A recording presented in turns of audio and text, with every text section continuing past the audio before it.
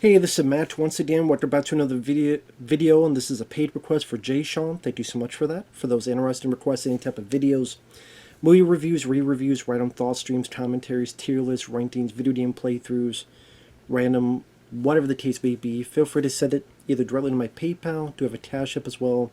Links are down below in the info box, and I will get to it as soon as I possibly can.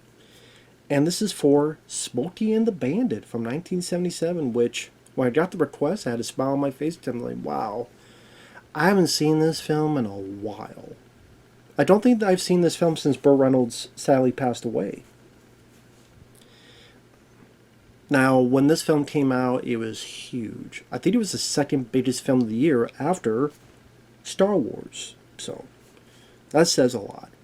And this was a very influential film because after this, it created a whole subgenre of truckers going against the Smokies, the cops, and the CB radio facilitating communication between characters. And I mean, you had Convoy after this. You had, of course, the sequels. You had even Breaker Breaker with Chuck Norris. Like, you had a lot of films wanting the popularity of Smokey and the Bandit. So they go, oh shit, we need more stuff like that. It had its own vocabulary, calling cops Smokies. Hey, one-niner, the way people would talk on the CB radio to hide what they're really saying in case cops are overhearing. So there's a whole different dialect that people didn't really know until this movie. It was that trucker culture. And I think because it showed that there's another level of people in America.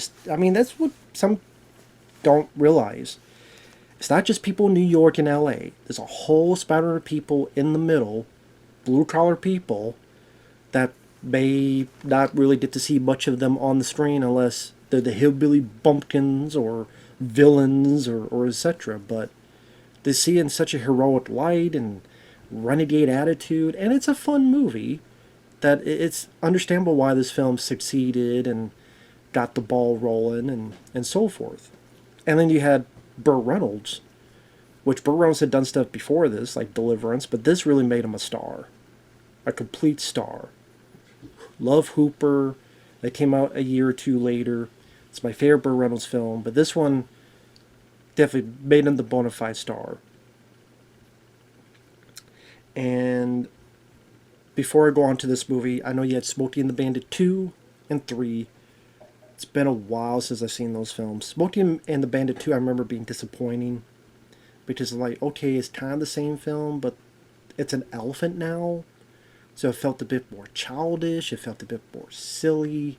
And then Smokey and the Bandit 3 was weird because I heard that originally they wanted to do Jackie Gleason was Smokey and the Bandit. So he played both roles, and then they said this is stupid, and they had to refilm a bunch of stuff.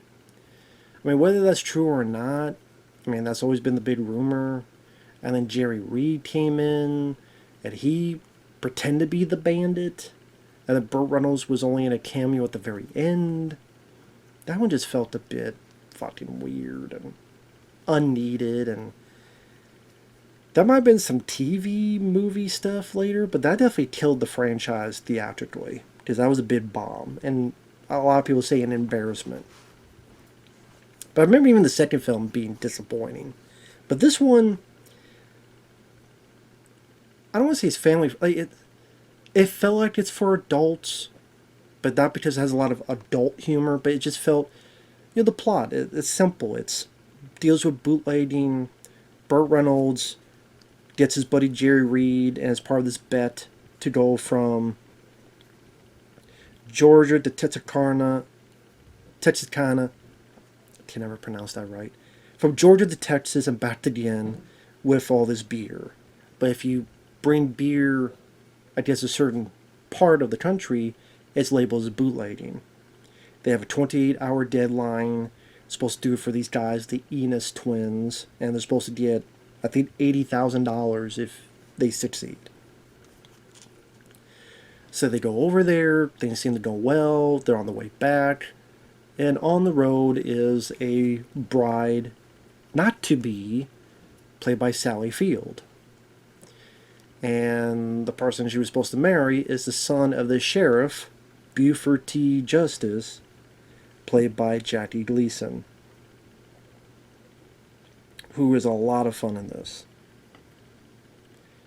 Which I swear, I know they never admitted it, but I swear to God, someone, when they did Cartman for South Park, this guy seems he would be one of the big inspirations for it. Especially, respect my authority. That exactly sounds like Buford T. Justice. Now, again, maybe inadvertently, I don't know, but just saying. The film, when it gets going, it doesn't really stop. It's just a lot of fun. It doesn't really slow down. They're always on the road. They're always on the go. Very, very few times do they stop. Hal Needham directed this. He was a guy known for stunt work. And I think he did the Cannonball Run films, which, man, it's been a while since. Those are films I would like to revisit sometime. Because I remember both of those being fun. Megaforce he did. Hooper, which again, I love Hooper. Did review that recently. Or at least re-review it. But he definitely knew how to handle stunts. So it was a lot of good car work. I love the Bandit's car, which is a Trans Am. Good looking car. Some good stunt work going off the bridges, jumping the bridges. When you got to like the Cannonball Run films and such, definitely a lot more insane stunts. And of course, Hooper is all about stuntmen, so that's wall-to-wall crazy stunts. Here, and it's not as big, crazy as the other films would be, but still has its good moments. Yeah, but the Pontiac Trans Am is a cool looking car. Burt Reynolds, you could tell from the get-go, he was just a star. Well, yeah, he was in a lot of films before this, but this one just, the first time you see him, he gives that famous laugh. It just has this automatic likability, perhaps even relatability to the character. And you just, okay, this guy just seems like a very fun, smiling, nothing will get him down, almost like optimistic type of character. And it seems like a fun person to hang out with for the next 90 or so minutes. It's not an overlong movie. Jerry Reed gives good support as his buddy. He also sings some songs, including Eastbound and Down, the trucking can be done. I can't sing for shit. And that also helps with, again, that blue collar mentality that, again, a lot of people maybe didn't feel like they were represented enough in movies, and this was a way for them to be on the screen and not be complete buffoons, idiots, but, fight the law and win and overcome the odds. But at the same time, it has this very friendly tone. It's not like it goes out of the blue where all of a sudden this person gets killed and, oh, where the fuck did this come from? Like some films, it would throw like an inconsistent tone out of the blue to have a message or something. But that's not the case. It's just, you're going for fun. I mean, hell, when they go and get the beer, you can't drive a forklift. Hey, I could drive any 14 thing I want.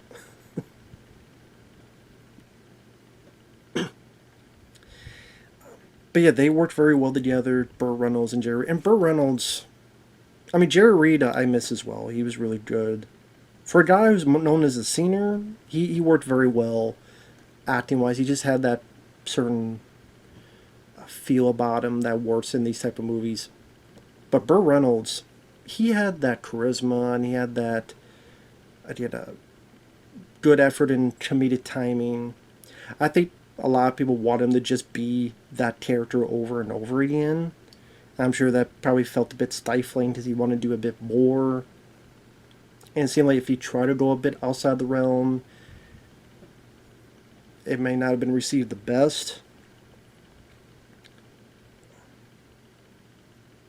But the bigger hits, this, Hooper, Cannonball Run films, is when he was kind of in that realm. Twinkle in his eye, smiling, the laugh, all that stuff. And I think just because it just has this entertaining vibe about him, that people just wanted to hang out with him, vicariously through the movies. And like I said, they picked up the runaway bride, Sally Field, which I know the two of them were an item. And so they're in this film, Burt and Sally Field. I mean, on the screen, they start to fall for each other, but I think that happened in real life as well. And then they were together in Hooper. When he got to Smokey and the Bandit 2, I think things were already either they were done or on the verge of being done. Because you tell in that film, it's all. I mean, the plot of the film is that they broke it off anyway.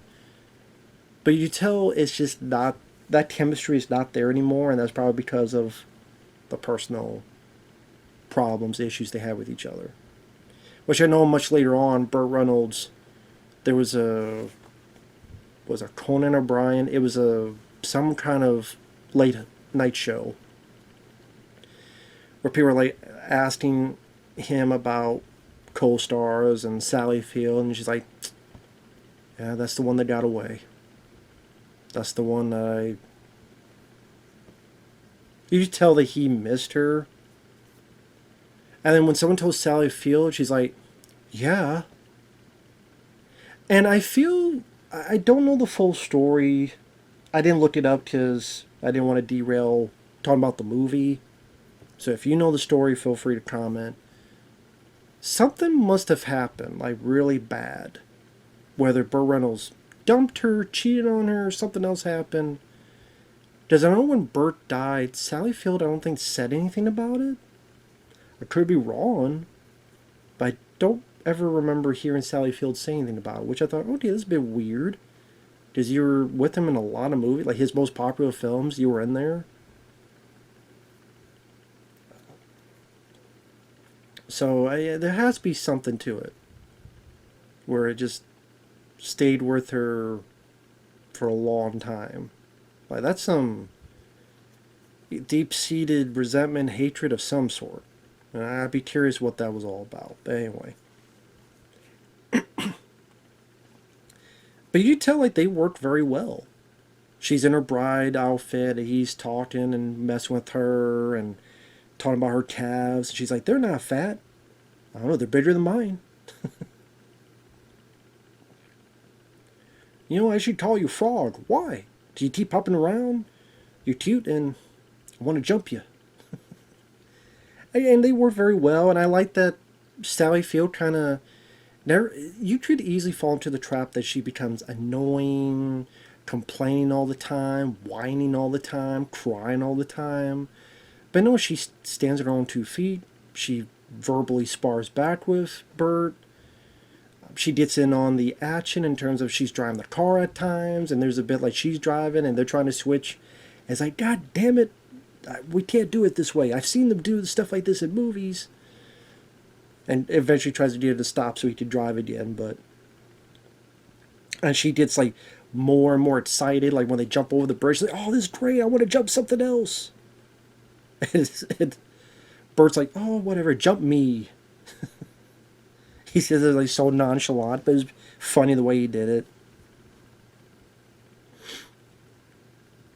And again, the action, again, it's nothing compared to today, mind-blowing, but it works, you know, smashing through mailboxes, jumping, like I said, bridges, going over ditches, and getting back on the road, and etc. And it goes at a good enough pace that it doesn't really have room to get boring. So again, Sally Field and Burt Reynolds work well, where she's like, "I got the metal to the paddle," and she's trying to talk their talk, and Bert's like, I can't do the laugh, but it's a memorable laugh. That and Eddie Murphy are like the two that have like that unique laugh to them. And of course, Jackie Gleason. I know people remember him for The Honeymooners. I always remember him for this. Some bitch, you know. All that bank robbing is baby shit. And he's dealing with his son, who he thinks is an idiot. "There's no way you came from my loins, so when I get back home, I'm going to punch your mama in the mouth." Or when they go through and the top comes off, and he's like, the top came off. No shit. Or when they get stopped by this other cop and cursed out, and Jackie Gleason tells him the third, fourth, and fifth degree of separation that he's going to do to his fucking head from the rest of his body. Like, that's, oh, I apologize if I was being mean and stuff. And he's like, okay. Now, fuck off. Now, they use the haunt to hide that because it's still, I think, I want to say PG. Or was, I want to say, yeah, PG. But so they hid the fuck, but it's pretty funny still. It still made me laugh. But yeah, this is also a film that really shows the CB culture and the brotherhood of the road. So as they go on their journey to get back with this beer and Jerry Reed's truck, where along the way they get a lot of help from other truckers who know the Bandit. They know Burt Reynolds' character's kind of legendary status, and they either warn him by using certain vocabulary, or like one of them like smashes up Jackie Gleason's cop car door, or there's a convoy of trucks and they hide the Bandit's car amongst it while the cop cars go by. And that camaraderie is kind of fun. It's fun to see just the how, hey, I don't know this guy, he's a stranger, as in we never met together, but yet this camaraderie where we can help this guy out. It kind of makes you feel good in a weird way. It feel good to see the brotherhood of mankind working together, which I know is weird to say in a Smokey the Bandit movie, but it's kind of cool to see, strangers working together to help one another out, Which we need a little bit of that in today's age, let's be honest.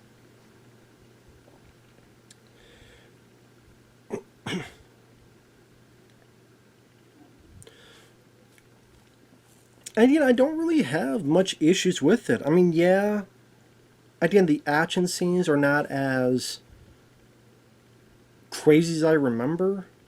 Again, probably because I keep thinking of like the Cannonball Run movies and such and how crazy they got. So they seem maybe a bit small, quaint in comparison, but they worked for what needed to happen. Once in a while, there's a scene in there that I kind of wonder why it was in there. Like, Jerry Reed stops to eat, and these bikers mess with his dog, and they beat the shit out of Jerry Reed and get thrown out, and then Jerry Reed gets his truck and fucks up the bikers' bikes. Now, I thought those bikers would come back later and mess with him, or the bikers would deal with the cops, or Jackie Gleason would see them, and then they start messing with Jackie Gleason's car, but they never... You could take that out and nothing would change. I just maybe, hey, let's give Jerry Reed a bit more to do than just driving a car with his hound dog. Which, I mean, it's short enough. It's just one of those things that it didn't seem like you could cut this out and it wouldn't really affect anything else, but it wasn't a big problem I had or anything, just something I noticed.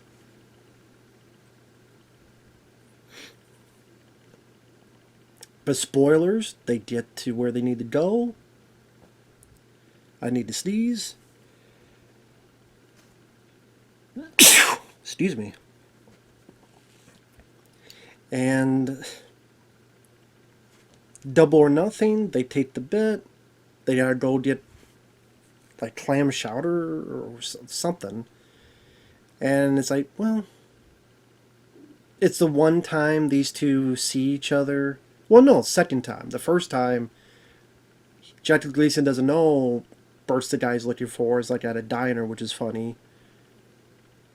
And Jackie Gleason, like I say, he's so much fun. He just has so much gusto, energy, bravado.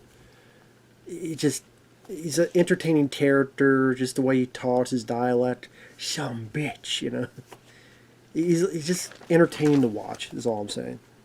And then the second time, they're talking on the CB radio. A lot of people chase me, Sheriff, but I gotta say, you're one of the best. And you're the goddamn pursuer I ever pursued. Where are you, some bitch?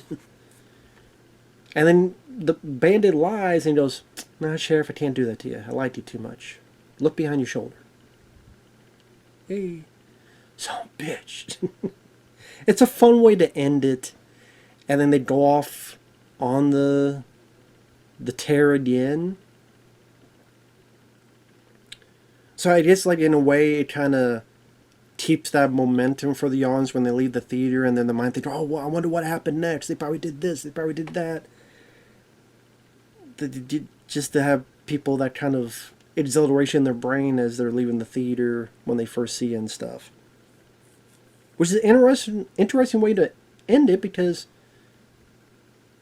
you know, it's not really an end. You know, it's just another movie continued off screen for us. Because that's not the plot of Smokey and the Bandit 2. It's, you know, much time later. But again, it didn't feel like childish. It didn't feel silly or goofier. Again, like the sequel, I vaguely remember the sequel. Vaguely. And the third film, all I remember is Burt Reynolds has a cameo at the end. And I know there's made-for-TV films that I don't think has any of the actors involved. Just like Jerry Reed and Gleason are in part 3. I think Burt Reynolds a cameo. I think everybody comes back for part 2.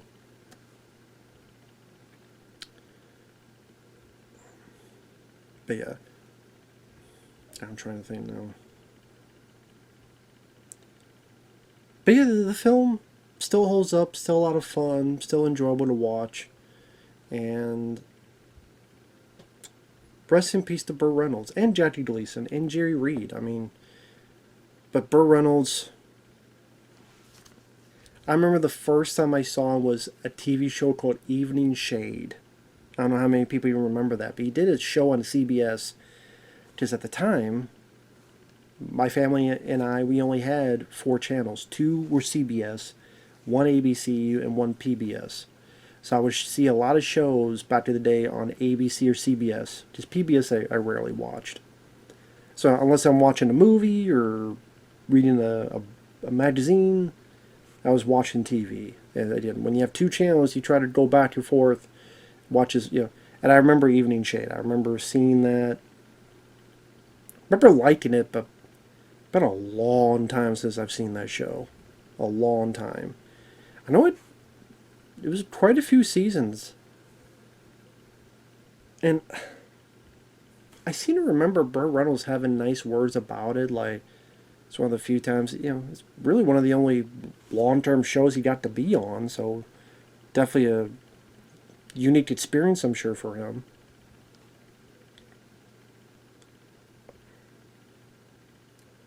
But yeah, I remember that was my first time knowing about Burt Reynolds. And then these films I didn't watch till much, much, much later. So. Hooper I remember watching on cable. I think I saw that before these. And then Smokey Bandits I saw a bit later. But this one, I do definitely understand its status and why so many try to copy its formula. Not just because of its success, but just it's a fun ride. So, rest in peace to Burt Reynolds and them. Sally Field is still around, but really the only one, sadly. But with that said, take care, and we will see you in the next video. Bye-bye for now.